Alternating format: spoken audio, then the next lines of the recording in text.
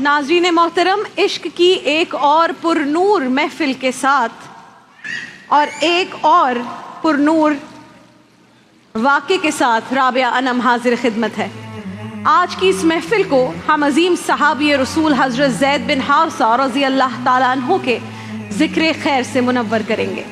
नाज़रीन किराम, ये ऐलान नबूवत से पहले का तस्करा है कि जब इंसानों को भी ज़िंदगी की दूसरी अशियाए ज़रूरत की तरह बाज़ारों में फ़रोख्त कर दिया जाता था और ख़रीदने वाले उन्हें ख़रीद कर अपना ज़र ख़रीद ग़ुलाम या लौंडी बना लेते थे। बुर्दा फरोश दूर दराज इलाकों से बच्चों को अगवा करके शहर मक्का के बाज़ार उक्काज़ में फ़रोख्त करने के लिए पेश कर देते थे। हज़रत ज़ैद बिन हारसा भी उन्हीं की इसी मुजरिमाना रविश का निशाना बने। आप कोई जद्दी पुश्ती ग़ुलाम इब्ने ग़ुलाम नहीं थे। शहर मक्का से बहुत दूर किसी दूर दराज इलाके के रहने वाले थे। अपनी वालिदा के साथ सफ़र में थे कि राहज़नों ने धावा बोल दिया। माँ से उसके लख्ते जिगर को खींचकर घोड़े पर बिठाया। माँ रोती रही, फरियादें करती रही कि खुदा के लिए मेरे पास जो कुछ है वो ले लो, मेरा बच्चा मेरे हवाले कर दो। मगर सफ़ाक राहज़न उसकी बेबसी पर कह लगाते रहे और बच्चा भी रोता रहा, बिलखता रहा, माँ की आगोश में आने के लिए मचलता रहा। मगर वो जालिम जिनका दीन ईमान सब कुछ सिर्फ और सिर्फ पैसा था, चंद रुपए थे, उन्हें उस बच्चे की आहो बुका पर भी रहम ना आया और उन्होंने उस बच्चे को मक्का के बाज़ार उक्काज़ में फ़रोख्त के लिए पेश कर दिया। एक बच्चा तो वो था, अब आप उसको लिंक कर रहे होंगे, कनेक्ट कर रहे होंगे, जो सैकड़ों बरस कबल मिस्र के बाज़ारों में फ़रोख्त के लिए पेश हुआ था। वो भी क्या बच्चा था और उसका भी क्या नसीब था। और एक ये बच्चा है जिसे अब मक्का के बाज़ार में फ़रोख्त किया जा रहा है। बज़ाहिर तो यूँ लग रहा था कि बच्चे की किस्मत फूट गई है, मगर किसे मालूम था कि उसके नसीब इस तरह जागने वाले हैं कि फरिश्तों को भी जिन पर रश्क करना है। सर फूल वो चढ़ा जो चमन से निकल गया, इज्जत उसे मिली जो वतन से निकल गया। नाज़रीन किराम, हज़रत ज़ैद बिन हारसा का सितारा भी गरीबुल वतनी में आके चमका। मक्का के बाज़ार उक्काज़ में हकीम बिन हिज़ाम नामी शख्स ने इन्हें 400 दिरहम में ख़रीद लिया और फिर अपनी फूफी की खिदमत में पेश कर दिया। और अब देखिए, वो फूफी कोई आम खातून नहीं थी, बल्कि उम्मुल मोमिनीन हम सब की माँ सैयदा खतीजतुल कुबरा थी। हज़रत ज़ैद की किस्मत जाग चुकी थी। आप उम्मुल मोमिनीन की ग़ुलामी में आ गए थे, लेकिन अभी हज़रत ज़ैद की किस्मत का सितारा और चमकना था। आपको आकाए दो जहां की ग़ुलामी में आना था। जब अम्मा खतीजा का निकाह रसूल अल्लाह से हुआ, आप मोहम्मद अरबी के निकाह में आई, तो ये कम सिन नौजवान ज़ैद बिन हारसा भी नबी की ग़ुलामी में आ गया। ज़ैद बिन हारसा की खुशबख्ती का अंदाज़ा कौन कर सकता है कि कायनात का मुक़द्दस तरीन जोड़ा अब आपकी परवरिश कर रहा है, इन्हें पाल पोस रहा है, इन पर अपनी शफ़क़तें निछावर कर रहा है। एक तरफ मौला अली हैं तो दूसरी तरफ ज़ैद बिन हारसा, दोनों को ये शर्फ हासिल हो रहा है। इस घर में ज़ैद को इतनी मोहब्बत मिली, इतनी शफ़क़त मिली कि लोग इन्हें ज़ैद बिन मोहम्मद कहकर पुकारने लगे। सुभान अल्लाह। ग़ुलामों को इससे पहले ऐसी इज़्ज़त और ऐसा वक़ार किसी ने अता नहीं किया था जो मेरे आका मोहम्मद मुस्तफ़ा आकाए दो जहां सल्लल्लाहु अलैहि वसल्लम ने अता फरमाया था। ज़ैद बिन हारसा को भी हुजूर से ऐसी मोहब्बत हो गई कि जमाले हबीब की ज़ियारत के बग़ैर एक लम्हा चैन न पड़ता था।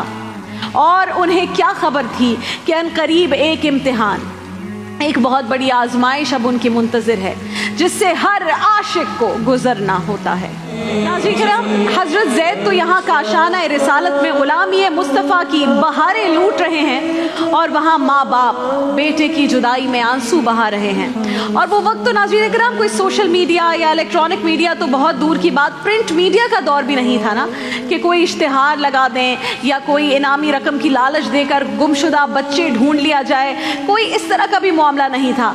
ले देकर बस एक ही तरीका था, और वो ये कि कोई काफिला किसी एक शहर से दूसरे शहर जाता तो उसे कह दिया जाता था, उसे मैसेज दे दिया जाता था कि हमारे बच्चे का अता पता मालूम करना है, निशानियां बताना, शायद कुछ सुराग मिल जाए। यही तरीका था अपनी औलाद को ढूंढने का। अब कबीला बनु कल्ब के कुछ लोग बगर्ज़ तिजारत मक्का मुकरमा आए तो उन्होंने हजरत जैद को देखा और देखकर जो निशानियां बताई थी वालिदैन ने, वो निशानियां देखकर पहचान लिया। उनका हाल अहवाल पूछा तो हजरत जैद जो कि बहुत खुश थे गुलामी मुस्तफ़ा में, उन्होंने बताया कि कुरैश का एक अजीम घराना है जिसके पास मैं रहता हूँ। मेरे माँ बाप को मेरा सलाम कहिएगा और बताइएगा मेरी खैरियत के बारे में, और कहिएगा कि मैं यहाँ बहुत खुश हूँ अल्हम्दुलिल्लाह। उन लोगों ने जब ये देखा कि इसने तो माँ बाप से मिलने की ख्वाहिश तक जाहिर नहीं की, तो कहने लगे कि जैद तुझे पता है तेरे माँ बाप तेरे लिए रो रो के आधे हो चुके हैं, तेरा दिल नहीं करता उनसे मिलने का। हज़रत जैद ने उनकी इस बात का कोई जवाब नहीं दिया, बस वो खामोश हो गए। वो काफ़िला नाज़रीन किराम जब वापस हो गया और उन्होंने हज़रत जैद के वालिदैन को जाकर कहा कि तुम तो यहाँ रो धो रहे हो, हम मिलकर आ गए हैं उससे, वो बिल्कुल खैर खैरियत से है और मक्का के फ़लाँ फ़लाँ घर में ग़ुलामी की ज़िंदगी गुजार रहा है। ये खुशखबरी सुनकर गम वाले घर में खुशी का समा हो गया। माँ बाप बहन भाई की खुशी का कोई ठिकाना नहीं था। बाप ने जब सुना कि बेटा जिंदा है मगर गुलाम है तो दिरहम और दीनार इकट्ठे करने में लग गया, दौलत इकट्ठी करने लगा कि अब किसी के घर गुलाम है, पैसे लेकर जाएंगे और गुलामी से उन्हें वापस निकालेंगे। यूं ही मुफ्त में तो कोई नहीं छोड़ेगा जिसने गुलाम रखा हुआ है, और ना जाने कितनी रकम मांग ले वो शख्स।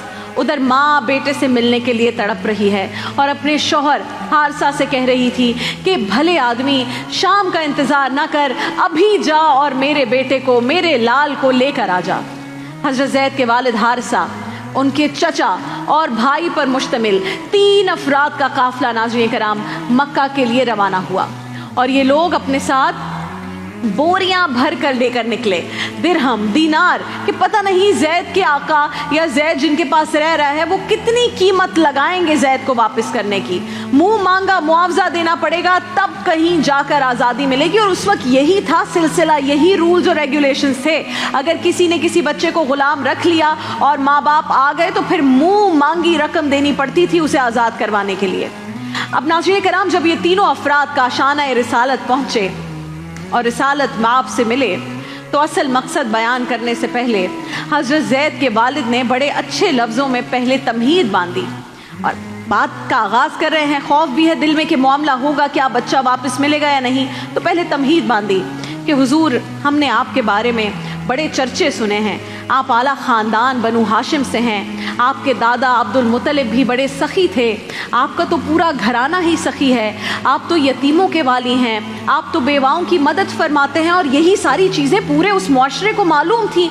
इन्होंने जब सुना तो वो सारी तमहीद बांधी कि आप असीरों को छुड़ाते हैं। हुजूर ये सब गुफ्तगू रसूल अल्लाह सुनते रहे और फिर बड़ी नरमी से मेहमानों से आने का असल मकसद पूछा। तो सामने से जवाब आया कि हुजूर हमारा एक बच्चा आपके पास है, हम रकम लाए हैं, हम पूरी तैयारी से आए हैं, जो मुआवजा आप चाहेंगे हम आपको दे देंगे, बस हम ये चाहते हैं कि हमारा बच्चा आप हमें वापस कर दें। आका करीम अलैहिस्सलातु वस्सलाम ने उनकी ये पेशकश सुनी, गुफ्तगू सुनी तो रसूलुल्लाह मुस्कुराए और फरमाया, क्या मैं आप लोगों को इससे बेहतर मुआवजा ना दूं? बेहतर ऑफर की पेशकश कर रहे हैं रसूल अल्लाह। ऐसा क्यों ना करें कि जैद को बुला लेते हैं, पहले वो आपसे मिल ले, मुलाकात कर ले, अगर वो आपके साथ जाना चाहे तो आप उसे बगैर किसी मुआवजे के अपने साथ ले जा सकते हैं इसी वक्त। अब ये ऑफर सुनी, ये पेशकश सुनकर हजरत जैद के घर वालों ने कहा, हुजूर इससे अच्छी बात और क्या होगी, ये तो आपकी अता होगी, करम होगा हुजूर।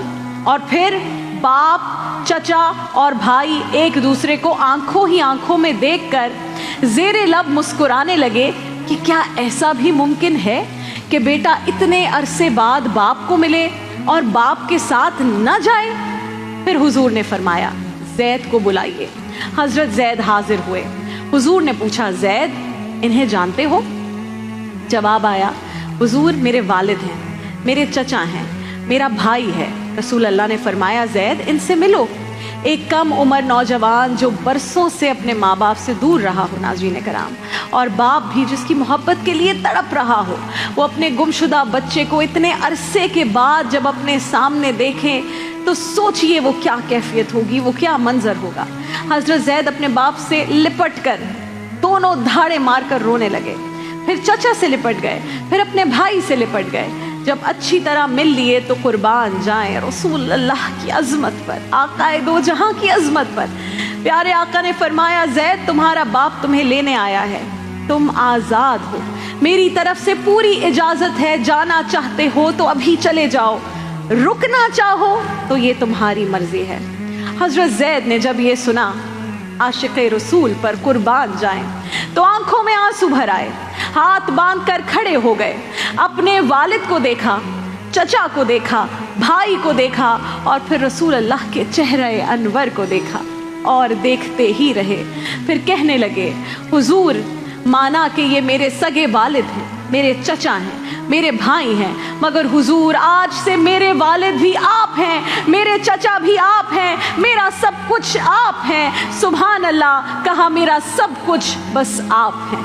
باپ اور چچا حضرت زید سے کہنے لگے زید یہ کیا کہہ رہے ہو، تم آزادی پر غلامی کو ترجیح دے رہے ہو؟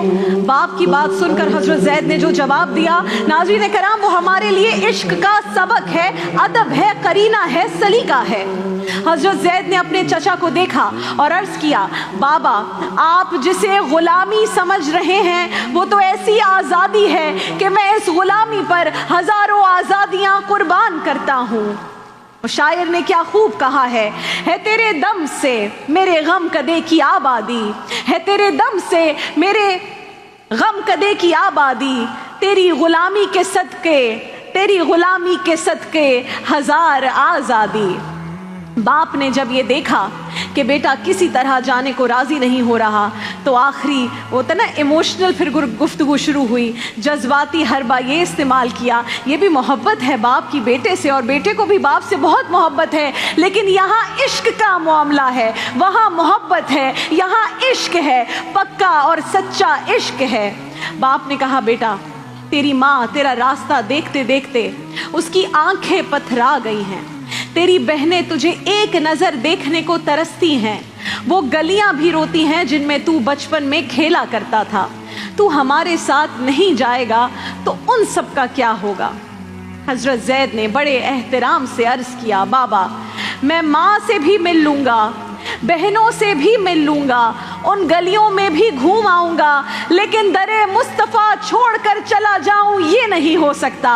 باپ، چچا اور بھائی نے حضرت زید کا یہ عشق رسول دیکھا تو وہ بھی قائل ہو گئے کہ یہ ایسی غلامی ہے جس پر ہزار آزادیاں قربان کی جا سکتی ہیں۔ ہمارے والدین قربان، ہماری اولاد قربان، رسول اللہ پر سب کچھ قربان۔ سبحان اللہ۔